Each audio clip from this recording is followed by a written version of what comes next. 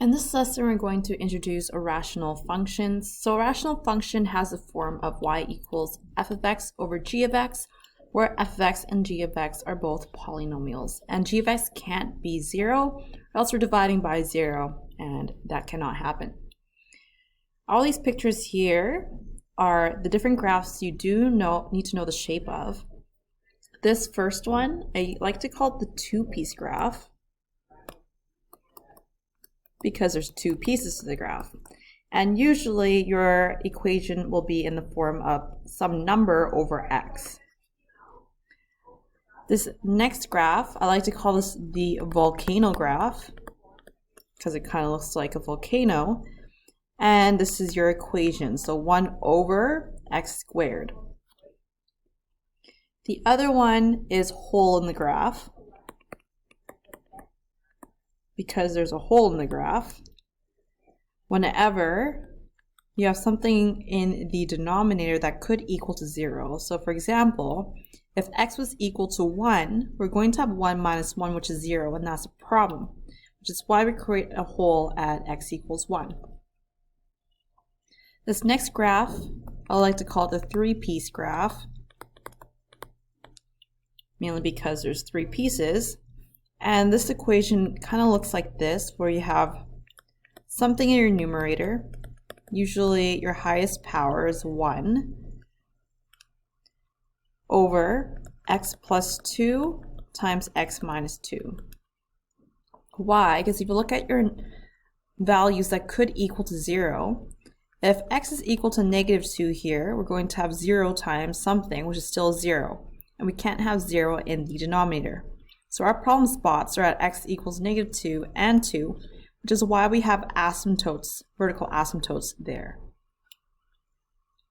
Lastly, this is the anthill graph. And it takes on the form of 1 over 1 plus x squared, or some number over some number plus x squared. And if you try to see the denominator, this can never be 0, because every time you square even a negative number, it becomes positive, which is why we don't have any vertical asymptotes. So these 5 graphs, I really highly suggest you memorize the shape of them. It'll expedite for you to be able to draw these graphs or variations of these graphs in the future. More specifically, we're going to look at non-permissible values in this lesson and horizontal asymptotes and vertical asymptotes, not so much oblique asymptotes. This course doesn't really focus too much on that. So your non-permissible values are values that would cause a function to be undefined. In rational functions, they're usually values of x that would make the denominator 0. And these non-permissible values can create holes, or it can create vertical asymptotes, one of the two. Your horizontal asymptote is a horizontal line that part of a graph tends to as x approaches plus or minus infinity. Please note that horizontal asymptotes can be crossed, but your vertical asymptotes cannot. So there's always a misconception with asymptotes in general that you can't cross them, but you can in horizontal asymptotes. And then your oblique asymptote has similar characteristics as the horizontal asymptote, except the line is oblique, or in other words, slanted. But again, we're not going to deal very much with oblique asymptotes, mainly just your horizontal and your vertical asymptotes. In this first example, we're going to predict whether the function's graph is has a vertical asymptote or a hole. What you're going to do here is factor. Factor whatever you can in the numerator or the denominator. So in my numerator, I can't really factor that, so I'm going to leave that alone. But in the denominator, I have a difference of squares. That's 3 minus x, 3 plus x, which means my non-permissible values, or my NPV, is negative 3 and 3. Now, I know that x can't be these, but when you're stating non-permissible values, you just state them as x is equal to, or x is negative 3 and 3, because those are non-permissible values. And we can't cancel these out from our numerator, and they're here to stay. So that means this creates vertical asymptotes.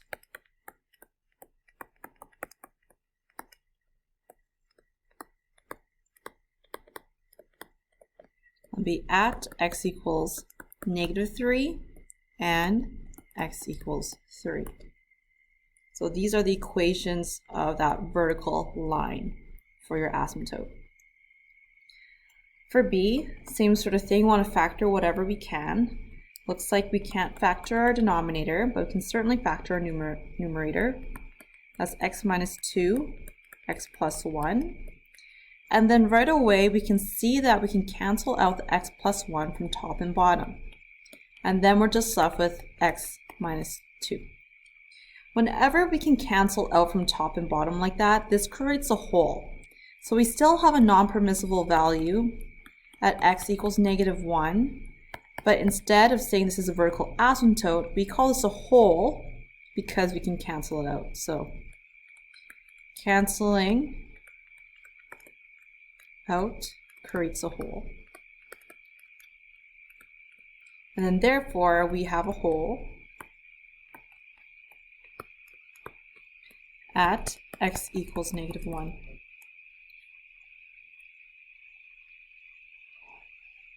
The other thing that would be useful to us is writing rationals in descriptive form. So it's much easier to determine the horizontal asymptote when the rational is written in descriptive form. And it's also much easier for us to graph.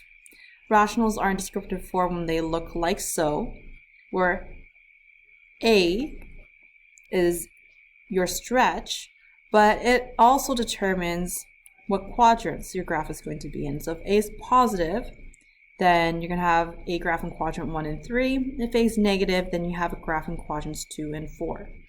And this is mainly for your two-piece graph that we're going to look at. Your most common graph will be your two-piece graph. The second most common one is going to be your three-piece, and then your volcano and your anthill. So this H gives us the horizontal translation, so that's from left to right, and your K is your vertical translation, which is up and down. So we're going to do an example and try to change this into descriptive form. So what you can do is do long division, which is pretty quick because it's very short. And you can also do synthetic if you wanted to as well. I'm just going to do long division for this example.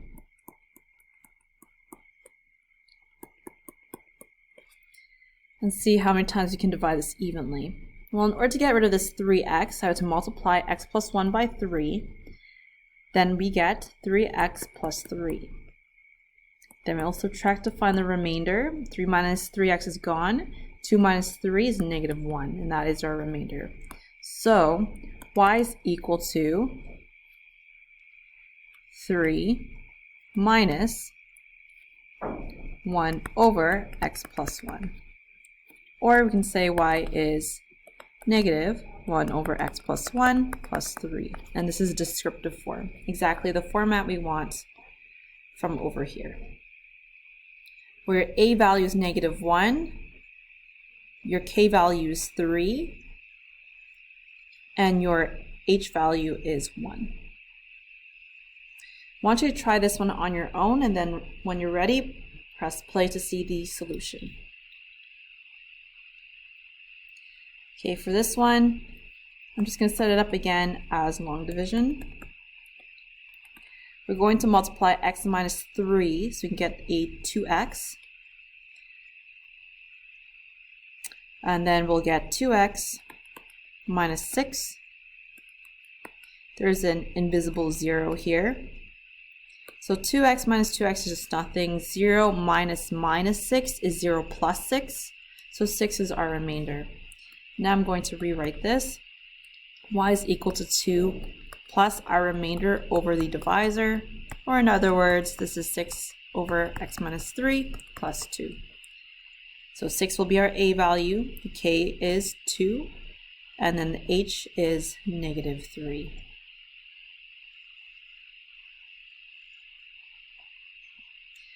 For example 3, we want to determine the non-permissible values of x, state whether they are whole or a vertical asymptote. So this is the same thing as what we did in example 1. Then we wanted to find the equations of the horizontal asymptote and then determine the domain. So for A, we are going to factor top and bottom. So this becomes 1 minus x, 1 plus x in the bottom, a difference of squares. And then in our numerator, we have x minus 2 and x minus 1. Now, if we take a look and compare, it looks like you can almost cancel out this 1 minus x and x minus 1, but they're not completely the same yet. What if I factored out a negative out of this one? Then I'll be left with a positive 1 and a negative x. Now this is exactly the same as 1 minus x. So I can cancel these out, and that would create a whole. And that would be our final rational. Okay, so our non-permissible values are going to be x equals 1 and negative 1.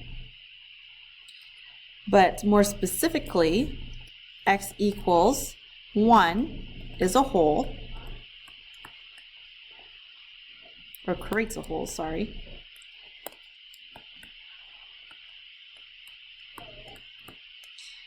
And then we also have a vertical asymptote at x equals negative 1.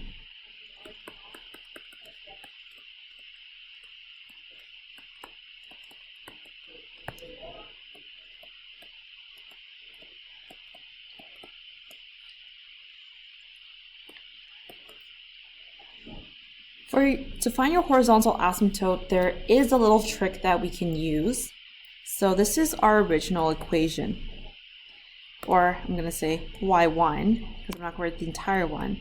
I'm going to take the highest power along with this coefficient, top and bottom. So in my numerator, my highest power is x squared, and there's no coefficient in the front. And the other one on the bottom, it's negative x squared. So if you want to find the horizontal asymptote, that's all we need to do is find the highest power top and bottom and then simplify it. So this is going to be negative 1. So that means we have a horizontal asymptote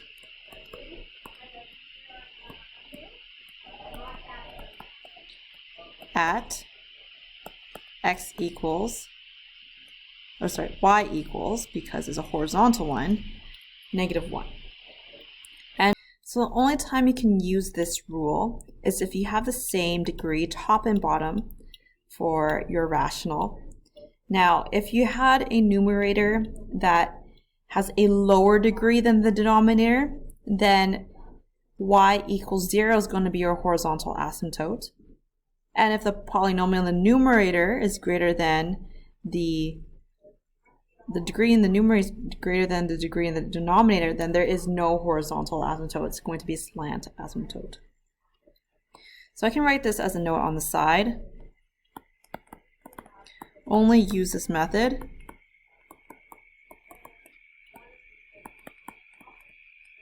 if degree in numerator and denominator are the same.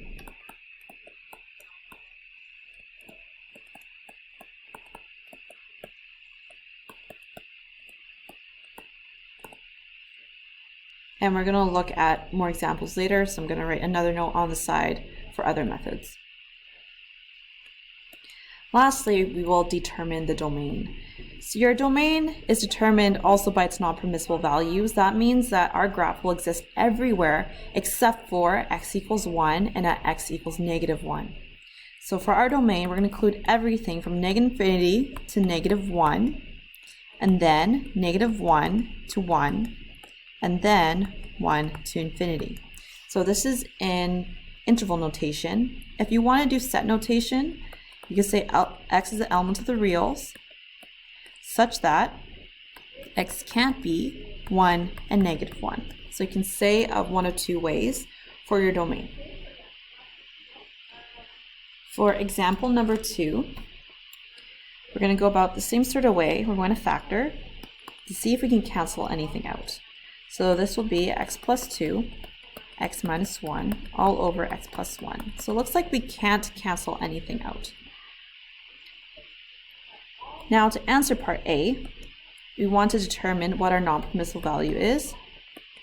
And x is going to be -1, because if we have -1 plus 1, we're going to get 0 in the denominator, and that's the problem. And this creates a vertical asymptote, because we didn't cancel anything out, so it can't be a whole.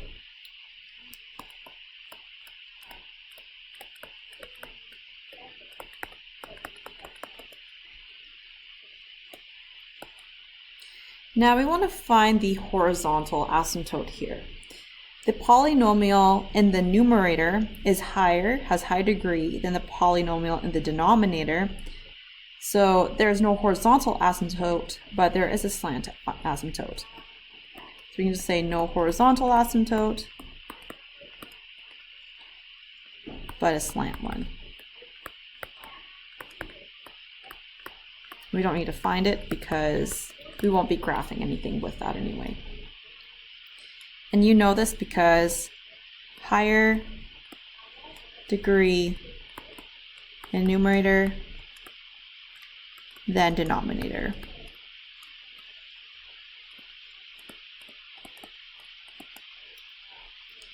Then lastly, for C, we just need to state the domain. It's going to be everything except for that asymptote at -1. So your domain is going to be -infinity to -1 and -1 to infinity. Or you can state that x is an element of the reals such that x can't be -1. I want you to go ahead and try those two on your own, and then when you're ready, we can go ahead and do this together. Okay, for our next example, we're going to factor top and bottom.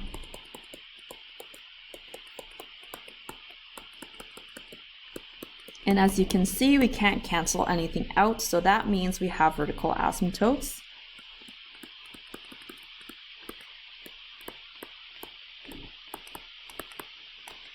At x equals 3 and x equals -3. Then you want to see if we can find the horizontal asymptote. Because we have the same power top and bottom, your horizontal asymptote is going to be x squared over x squared, which is just 1. So your horizontal asymptote is at y equals 1. Then your domain is going to be everything except 3 and -3. For that last example, you're going to factor the denominator.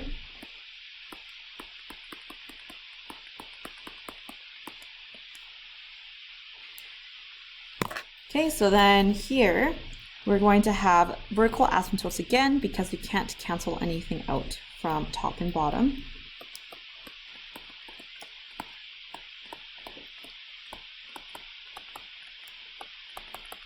X equals 2 and x equals -2.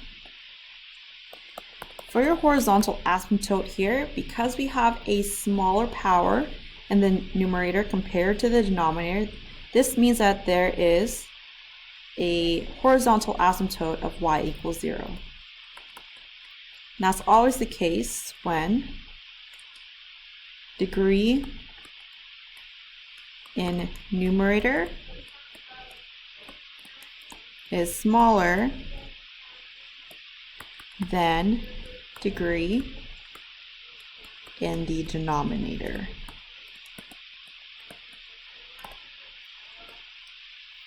Lastly, for your domain, it'll be everything except for +2 and -2. So x is an element of the reals such that x can't be 2 or -2. And if you want to use interval notation, it's going to be -infinity to -2 and -2 to 2 and 2 to infinity.